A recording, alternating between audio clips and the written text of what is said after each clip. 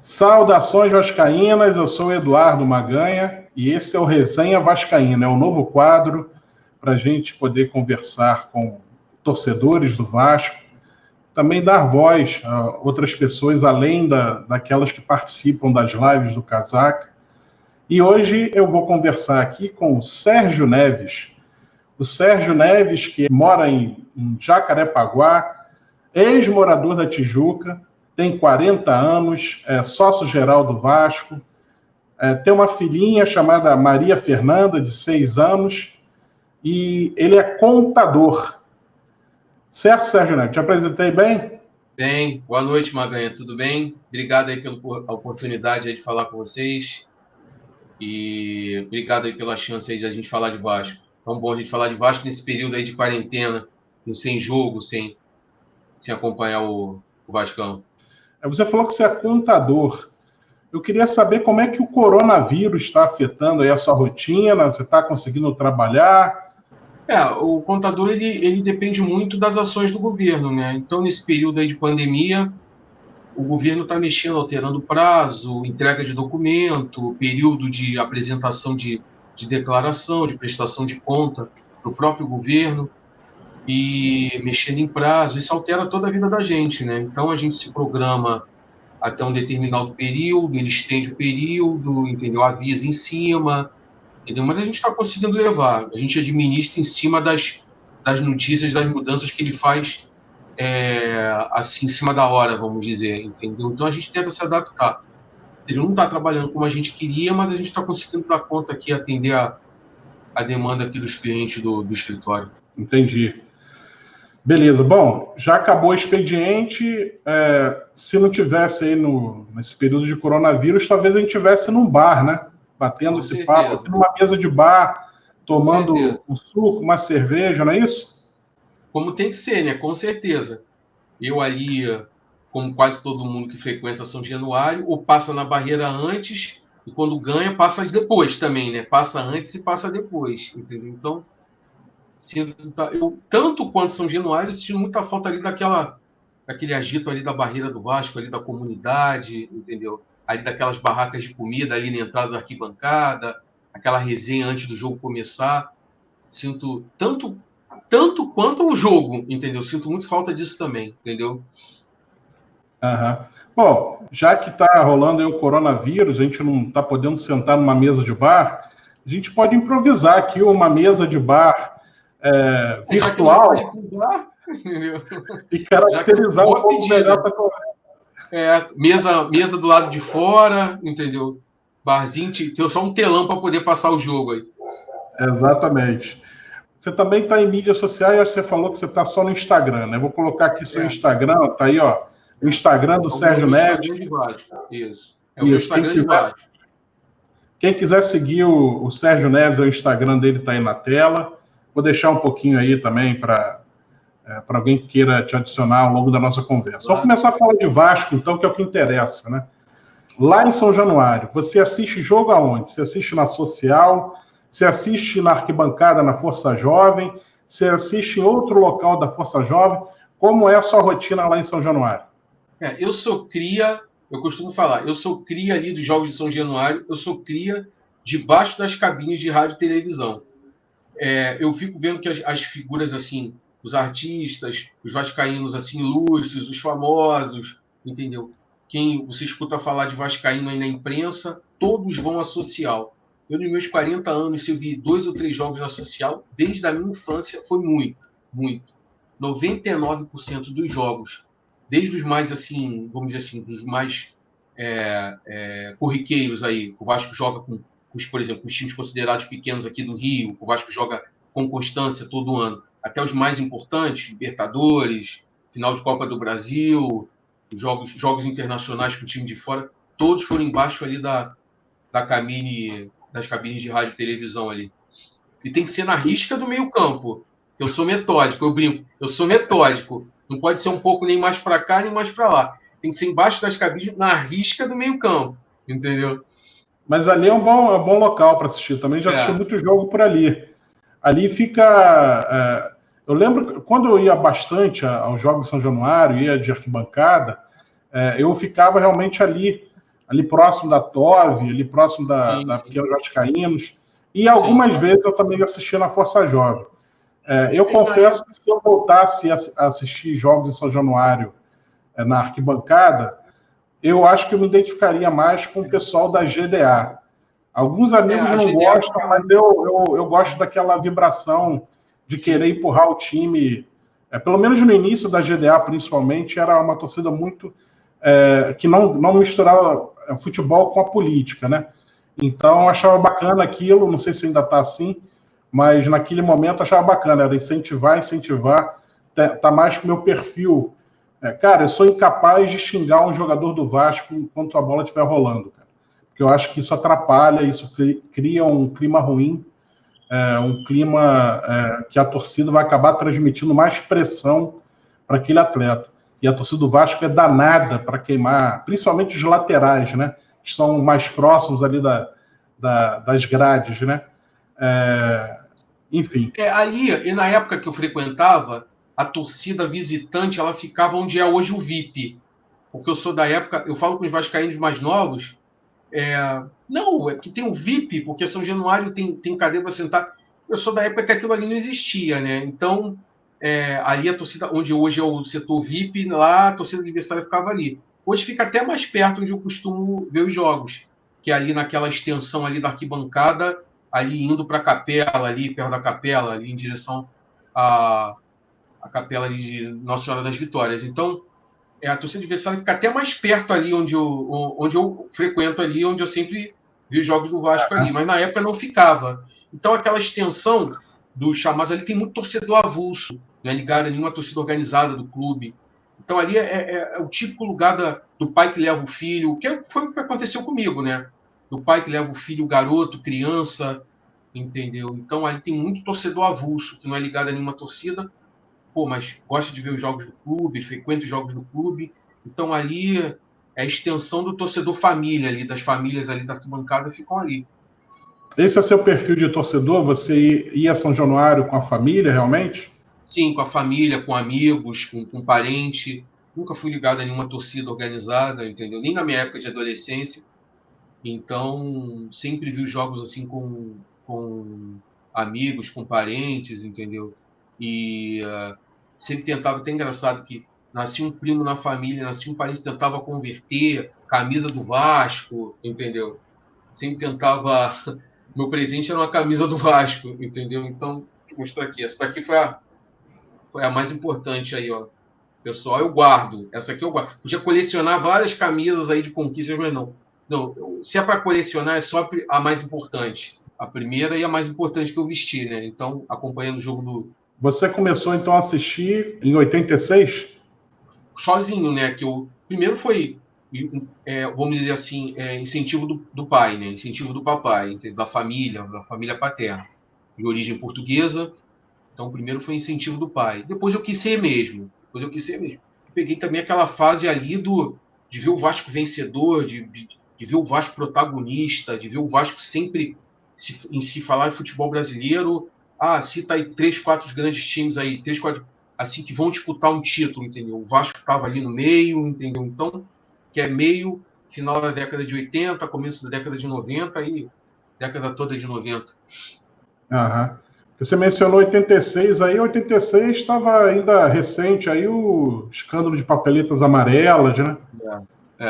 Do campeonato de 1983. Mas você vê, eu tinha 7 anos na época, então você vê como a representatividade é importante de quem quer que seja, entendeu? Então é ali que você se identifica com um jogador, com um ídolo dentro do clube, entendeu? Jogador que você gosta de ver, tem muito torcedor que vai ao estádio ver aquele jogador. Em 86, num clássico com o rival, entendeu? O Vasco perdeu o jogo, porque naquela época o rival tinha um melhor time, entendeu? Falam desse time agora, mas naquela época era tão bom quanto, e até com jogadores mais identificados lá com o clube. O Vasco perdeu o jogo, nesse clássico que eu fui, que eu me lembro, assim, que é o primeiro que eu me lembre. O meu pai, assim, vendo, assim, eu saí chateado, triste do estádio, isso foi no Maracanã, nem em São Januário foi.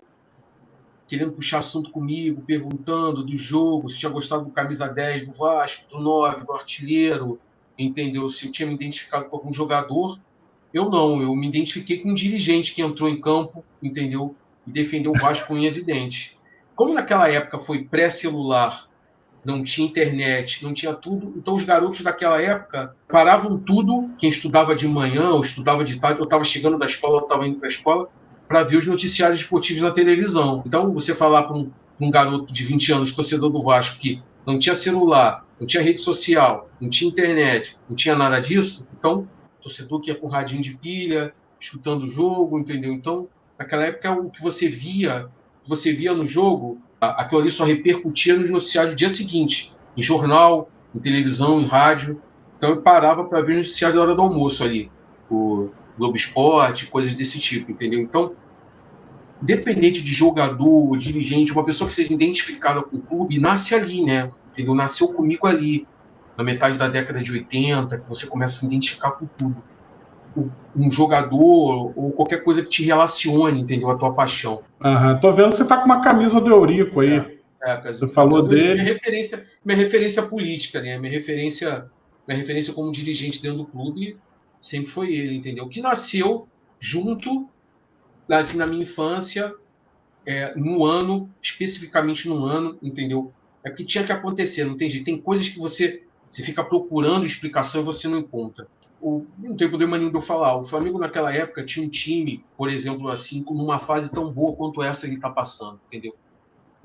De cada 10 crianças ali na década de 80 no Rio, 7, 8 torciam para o maior rival, entendeu? Foi uma fase tão difícil como essa que a gente está passando agora, ali na metade da década de 80, das crianças se identificarem com o Vasco, entendeu? Porque as crianças se identificam como? De título, jogadores dentro do campo, dirigentes que representem o clube, entendeu? Coisas desse tipo que liguem. Então o Vasco viu uma fase muito difícil também, ali, 84, 83, 84, entendeu? Na época que comecei com meu pai, depois acompanhar sozinho. E as crianças, a maioria das crianças da época, não torciam pro Vasco, entendeu? Aquilo ali me marcou muito. Então eu sempre busquei alguma coisa que me fez identificar. Assim, se eu tivesse lá, algum jogador que se identificasse com a torcida, ou algum dirigente que se fizesse representar, que as crianças gostassem do clube, ou trouxessem os garotos da época a torcer, a gostar, a se identificar e procurar gostar do clube, entendeu? Amar o clube. Então, o meu grande esforço naquela época foi procurar alguma coisa que me identificasse com o clube. E à primeira vista, que me identificou foi a representatividade do Eurico que ele assumiu ali naquele ano, né? No ano que eu comecei, foi um marco para mim. Bom, depois da influência do pai, agora eu vou torcer sozinho, entendeu? Foi o que me marcou, foi a entrada do Eurico como dirigente ali. E dali foi uma fase muito boa. Eu diria que foi a retomada do protagonismo do Vasco, entendeu?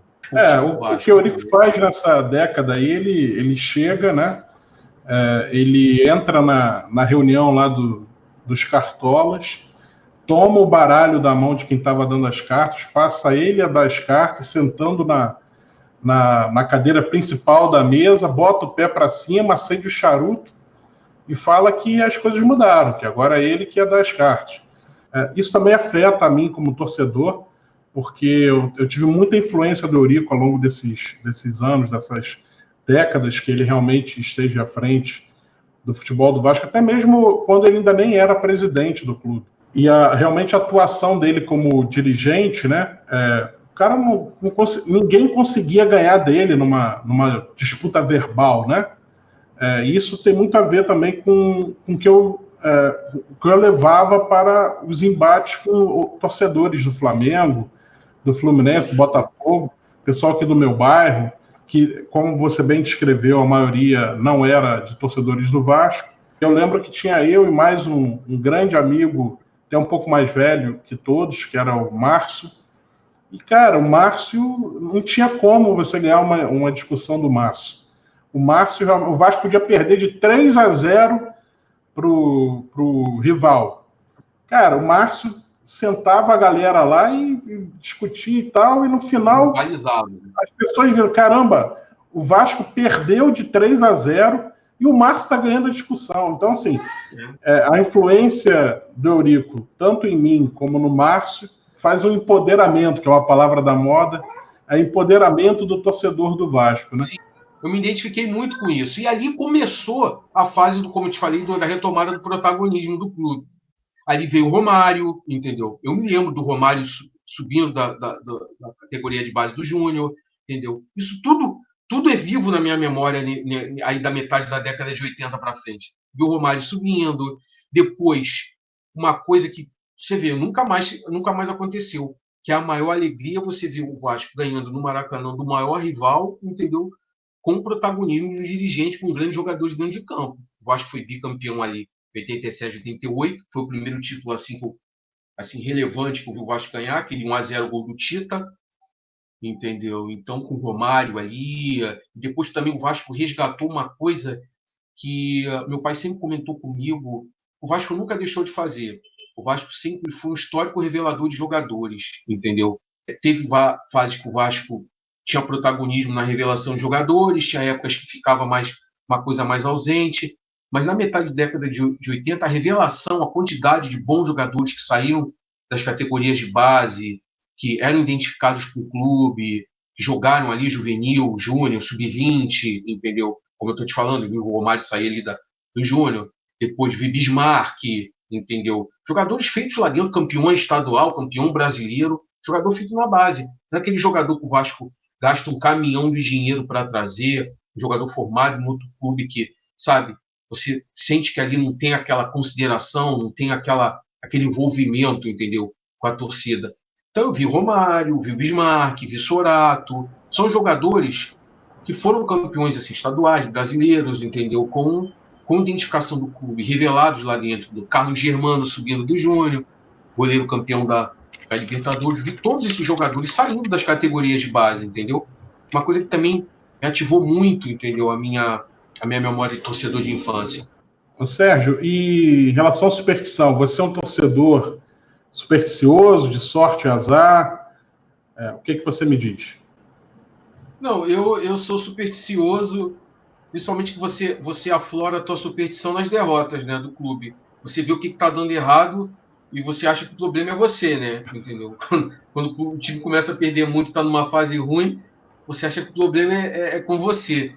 Então, como eu te falei, né, foi uma fase difícil, eu vi 99, 2000, 2001, tava em loco lá, entendeu?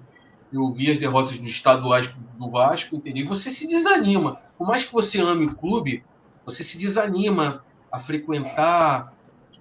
Eu falei assim, eu nunca vou deixar de amar o clube, nunca vou deixar de acompanhar. Mas eu me afastei muito depois daquelas 3 pancadas seguidas, entendeu? Então eu continuei acompanhando, entendeu? Poderia ter voltado antes, mas eu falei assim, não, eu vou dar um tempo, vou acompanhar. Eu acho que o problema sou eu vou acompanhar do sofá em casa, comprando jornal, comprando produto oficial, vou tentar ajudar o Vasco de outra maneira. O que você está dizendo aí foi um trauma, né? E você ficou quanto tempo sem ir a jogo? Foi. Eu ia com frequência, até o começo da década ali dos anos 2000 ali, eu ia com muita frequência, entendeu? Jogos quarta, noite, final de semana. Mas se você ia com frequência no período que o Vasco estava ganhando tudo, aí quando ele perde algumas competições, você desanima de vez? Como é que é isso? Como é que funciona? O problema foi o adversário. O problema foi o adversário. E perder seguido para o mesmo adversário, sendo quem foi, entendeu? Se o Vasco tivesse perdido 3 cariocas seguidos pro Botafogo, eu continuaria frequentando, entendeu?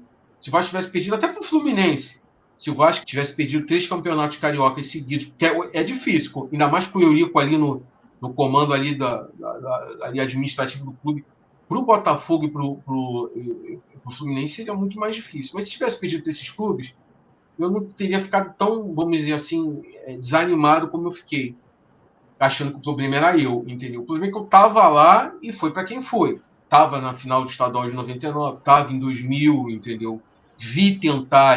Viu como nasceu essa pecha de tentarem jogar para cima do Vasco o carinho de vice, entendeu? Então, esse negócio do vice é interessante porque a gente chama de fla-press, né? Os flamenguistas da mídia, né? A mídia esportiva. Esse pessoal fica muito mordido porque a década de 80 do Flamengo, que eles tiveram um time realmente muito bom, com Zico e outras pratas da casa, como você narrou aí, aquela década do Flamengo, ele conseguiu ser vice-campeão 6 vezes no estadual. 6 vezes. Impressionante, cara. Inclusive foi vice, dessas 6, acho que 3 foi vice para o Vasco, né? Então, realmente é impressionante como isso criou uma mágoa neles, que eles tentaram depois passar para frente, né? Mas eu acho que vai ter um momento que as coisas vão voltar ao normal, que o Vasco vai voltar a ganhar do Flamengo sem Como ter pena. E era corriqueiro, mas isso vai voltar a acontecer. Eu acredito nisso. Muito em breve esse jogo vai virar e a gente vai reequilibrar essas forças, principalmente em relação a dirigentes e tal, porque atualmente o nosso dirigente é muito ruinzinho. Mas eu acredito nisso, que a gente vai conseguir virar as coisas, primeiro fora de campo, depois já equilibrando com uma boa administração, com uma pessoa capaz de administrar, alguém bem preparado, com um clube pacificado, com as pessoas entendendo que o clube em paz, pacificado, respeitando até, principalmente quem tem mais tempo de casa, né? Eu acredito que as coisas podem melhorar, podem equilibrar, e, em consequência disso, vai equilibrar dentro de campo.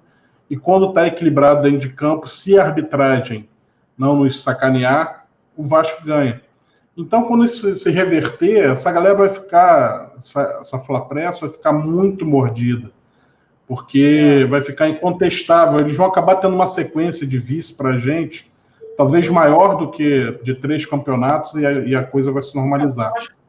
O que o Vasco precisa é fazer o que foi feito na metade da década de 80, a retomada do protagonismo. Isso é uma coisa que eu sinto falta do Vasco, entendeu? Que hoje o jovem, o vascaíno jovem, novo, já começa desanimado, entendeu? Graças a Deus foi uma coisa que não aconteceu comigo, entendeu?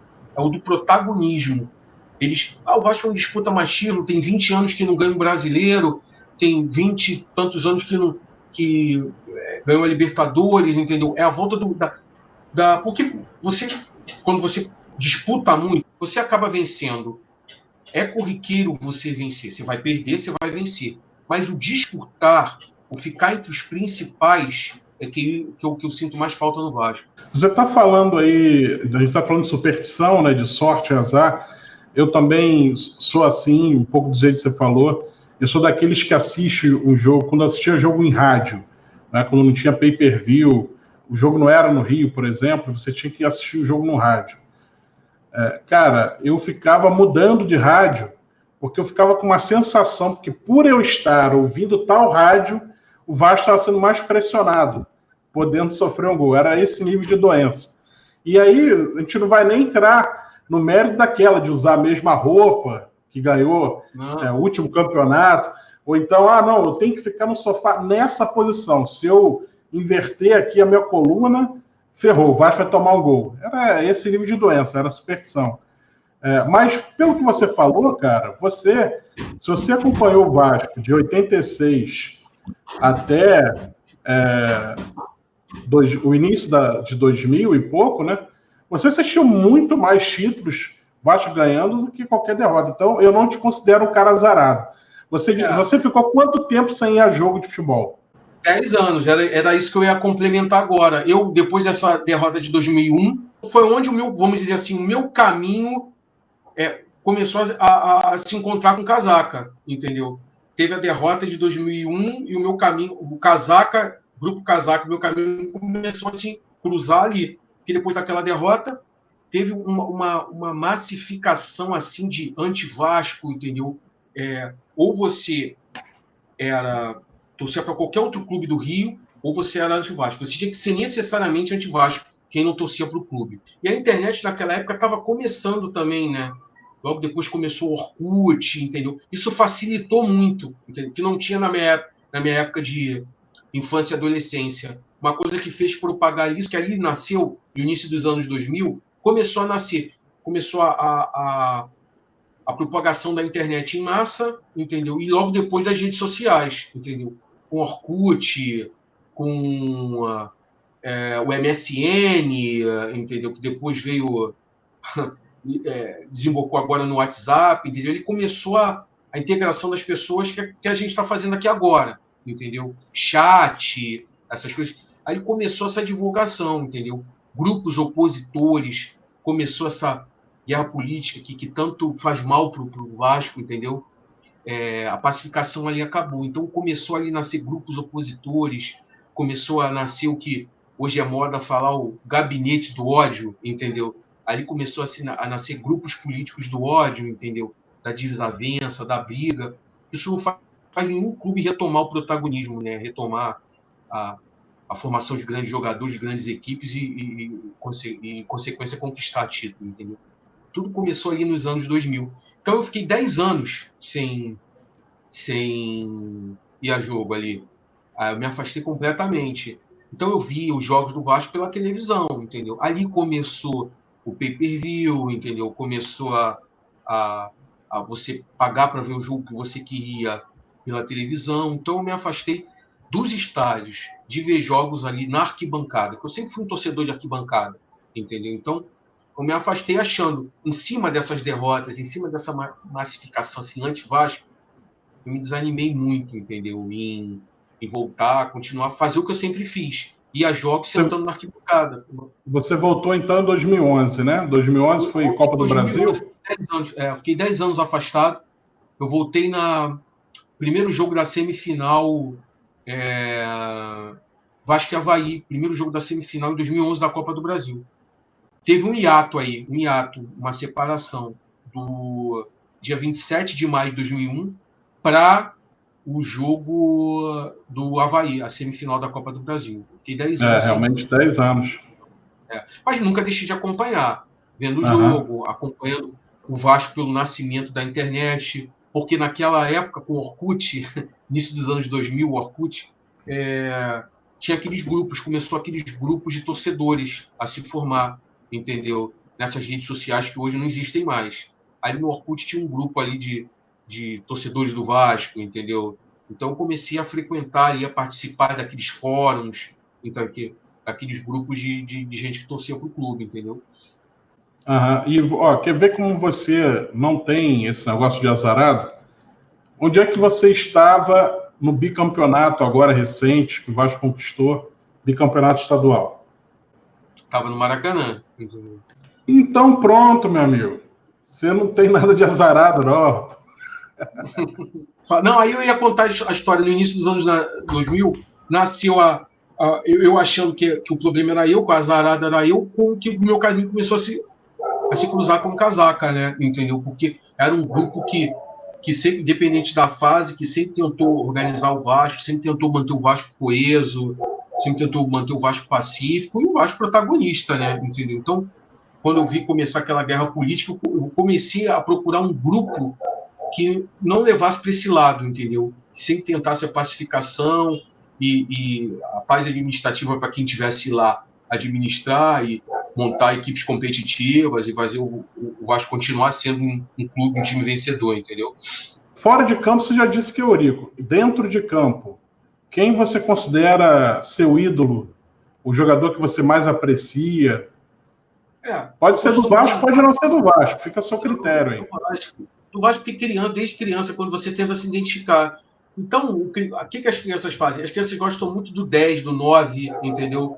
Do meia de ligação, do artilheiro, entendeu? Eu falei assim, como nunca, sempre joguei escolinha de futebol, depois pelada de amigos, eu sempre joguei aí, um jogador assim, eu não vou jogar de 10, eu não vou jogar de 9, porque eu não tenho bola para isso, entendeu? Então eu vou me identificar com jogadores que jogam onde eu jogo na pelada, entendeu? Então na pelada eu sempre joguei ali onde, por exemplo, que é a minha referência como jogador. Você está perguntando, que eu brinco que não é ídolo de ninguém, é só meu ídolo, que é o Luizinho Quintanilha, entendeu? Que eu vi ganhar Brasileiro em 97, vi ganhar Libertadores jogando onde eu jogo. Na pelada eu jogo ali onde ele jogava. Eu brinco com ele, tive com ele no encontro aqui na Barra, nessas peladas de jogadores aí de final de ano. Eu falei, eu jogo onde você joga, então meu ídolo tem que ser você, não é o 10, não é o Dinamite, não é o Romário, não é o que faz gol, não é o que cria jogada, porque eu não jogo ali que eu não tenho bola para isso. Então eu tenho que jogar, eu tenho que me identificar com quem joga na minha posição, entendeu? Então tá explicado. Em 2000, 2001, o seu ídolo era o NASA. Aí não tinha como dar certo, né, cara? Eu tenho um pouco de vergonha de falar. Eu falo que é o Luizinho, porque eu tenho vergonha de falar que é o NASA, entendeu? Eu sabia que eu ia achar aí alguma coisa. Todo torcedor vascaíno tem um podre. Todo torcedor vascaíno tem um podre. Aí eu falo que é o Luizinho. O cara é fã do NASA. Aí. Tô brincando, cara. O NASA era um carregador de piano, né?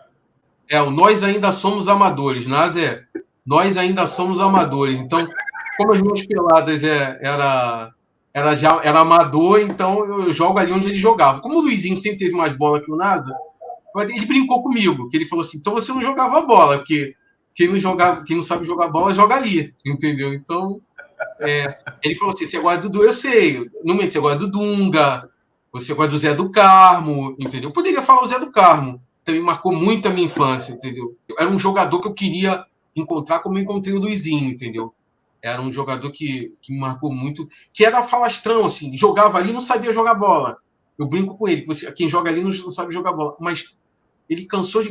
Era um jogador, assim, estilo jogadores de frente, assim, atacantes, meias de ligação.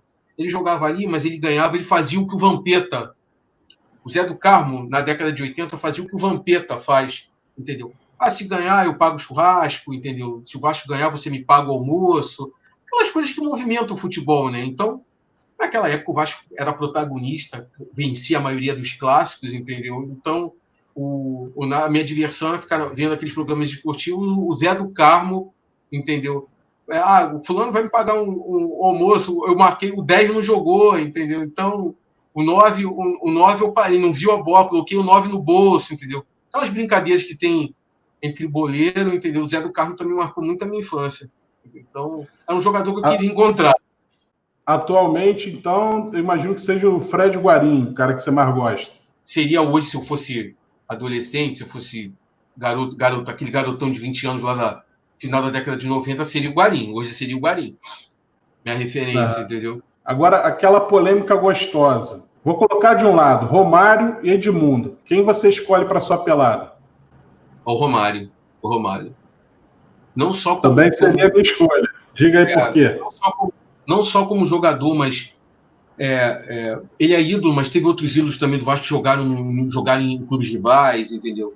Quando estavam em clubes rivais, tiveram problemas com a torcida do Vasco, entendeu? Mas é um jogador que quando o Vasco precisou, dentro do campo e fora do campo também, não que os outros não tenham correspondido, mas quando eu coloco muito da balança quando o Vasco precisou dentro e fora do campo também. Fora do campo, tanto quanto dentro do campo. Eu levo muito em consideração isso, entendeu? Então, para mim, o Romário. Eu escolheria o Romário. Realmente, o que você está falando, além do que ele conquistou para dentro do campo com o Vasco, né? Ele, além de ser campeão com o Vasco, ele era campeão sendo decisivo, né? Marcando o gol da vitória, enfim. Até competições que o Vasco não ganhou, ele seguia sendo artilheiro. Então, realmente, um jogador que sempre se dedicou. Além disso, a questão que você falou, que é extracampo, né? O cara, num período que o Vasco estava uma dificuldade financeira terrível, o cara, além de não receber, ainda emprestou dinheiro para o Vasco. Então, foi, assim, algo realmente que eu tirei o chapéu na época. É uma das coisas que eu levo em consideração também. E naquela final em 2000, entendeu? Aquela final em 2000, eu fiquei uma semana sem a faculdade, teve carreata, eu estava naquela carreata ali que até isso faz parte dessas provocações sadias, essas brincadeiras, porque São Januário fica perto ali da rua, para quem não conhece o Rio, né? Os vascaínos aí que vão assistir a live que não são do Rio. São Januário fica muito bem localizado fica ali no centro do Rio, ali Zona Norte, centro, é muito bem localizado nas entradas da cidade. A carreata não pode sair do aeroporto da rodoviária e ir para São Januário direto, não. O dirigente da época também eu gostava, essas coisas que eu gostava nele, entendeu? Tinha que passar a carreata do Vasco campeão, tinha que passar na porta de São General Severiano, na porta de Laranjeiras, tinha que passar na Gávea, que era um caminho que não tinha nada a ver. Eu adorava isso. Eu achava graça, eu explicava para as pessoas que não eram de fora do Rio. Essa carreata do Vasco campeão, ela absolutamente não tem nada a ver o caminho. É um caminho nada a ver, entendeu? Então, você tem que explicar o porquê daquilo. As pessoas me perguntavam, os jogadores saem do aeroporto, Pô, dali do aeroporto para São Januário é 10, 15 minutos de carro, mas tem que passar na porta de General Severiano, de Laranjeira, principalmente lá na Gávea, que com os dirigentes da época, o Vasco tinha lá com o Eurico na época, tem que passar na porta da Gávea. Eu adorava aquilo, entendeu? Então eu participei daquela carreata da Mercosul. Em 2000 eu tava lá, entendeu? Com o Romário, que era o protagonista total daquele jogo com o Palmeiras, né? Então teve outros jogadores também que jogo da virada lá com o Palmeiras e foi o Romário ali. Eu costumo brincar quem não gosta dele. Ele não tem aquela estátua ali em São Januário à toa. Olha só, falar um pouquinho agora então de política do Vasco. Você é sócio do Vasco. Qual é a sua categoria de sócio do Vasco? Sou sócio geral. Primeiramente como sócio geral, mas sempre quis ser proprietário, entendeu? E você entrou em que mês, em que ano? Agosto de 2019. 31 de agosto de 2019. Caramba! Praticamente ali nos últimos dias de prazo para poder votar. Você participou então da campanha do Casaca, é isso? Participei. De associação? Participei. Dessa agora em 2019. Toda a campanha de associação do Casaca eu sempre acompanhei, entendeu? Então, eu estava querendo vir desde 2015, 2014 para 2015. Consegui agora em 2019. Você sempre quis participar da vida política do clube pelo Casaca? Você também foi dar uma olhada em grupos de oposição, ver se tinha alguma ideia que era boa, que você poderia curtir? Em 2014, eu tenho que é padrinho da minha filha, inclusive, vascaíno. Aí que eu vi o que era, tá até um termo na moda, polarização política, a dicotomia, entendeu? Então, em 2015, ele, por diferença política, não se identificou com o Casaca, entendeu? Ele procurou outros grupos políticos. Ele foi a várias reuniões e me convidou para uma, entendeu? Um dos grupos que iam disputar a eleição naquele ano fez uma reunião, uma convenção, um lançamento de chapa no Tijuca Tênis Clube, que era perto de onde eu morava. Eu fiquei completamente, eu confesso a você, eu fiquei apavorado com as propostas, entendeu? Não me identifiquei. Qual proposta que apavorou? Para mim, para um casaquista, soa como uma ideia de jirico, uma ideia descabida. Uma das propostas era vender São Januário para pagar essas dívidas trabalhistas, cíveis, previdenciárias do Vasco. Então, vender São Januário? Vender São Januário para pagar. Fazer o que o Botafogo fez na década de 70. Foi até usado lá como exemplo, entendeu? Botafogo, na década de 70, vendeu a sede General Severiano, não pagou as dívidas e ficou sem a sede, entendeu? Então, quando eu via a proposta, entendeu? Que para eles o Vasco era grande, segundo eles, o lema era: o Vasco é grande, é gigante em qualquer lugar, o São Januário em qualquer lugar. Então eles queriam vender São Januário, quitar as dívidas, comprar outro terreno, levantar outro estádio, entendeu? Como se isso fosse fácil, entendeu? Como se isso não tivesse luta, como foi a luta para... Que loucura, cara. E quitar essas dívidas aí, que segundo eles está em 600, 500, 600 milhões na época, entendeu? Isso daí então foi em 2014 e era uma reunião do candidato Júlio Brandt, é isso? Isso. Era uma das propostas apresentadas lá. Em 2017, eu fui também. Ele me convidou de novo, esse compadre meu, que é vascaíno também, que é anti-casaca. Eu brinco que ele é anti-casaca. E ele me convidou de novo para essas convenções dessas chapas aí opositoras. E agora, a onda da segunda vez que eles se candidataram é que o Vasco tinha, de qualquer maneira, se tornar clube empresa, entendeu? Então, aí eu falei... Ainda bem que ele não ganhou, né?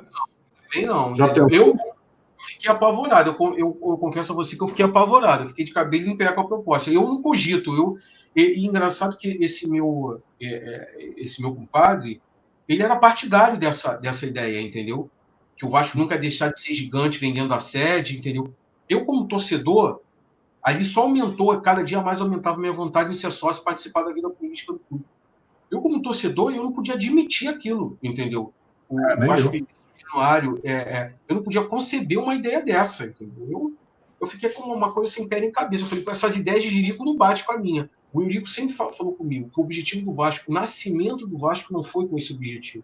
Enquanto ele fosse vivo, enquanto ele estava com os problemas de saúde dele, enquanto ele fosse vivo, enquanto saúde tivesse, o Vasco jamais, enquanto ele participasse lá da política do clube, o Vasco jamais viraria clube empresa, entendeu? O objetivo principal do Vasco é a inclusão social dos menos favorecidos, entendeu? Então, o Vasco, além da preocupação esportiva, de ter equipes competitivas assim no alto rendimento, no futebol, no remo, no basquete, o Vasco sempre teve preocupação do social.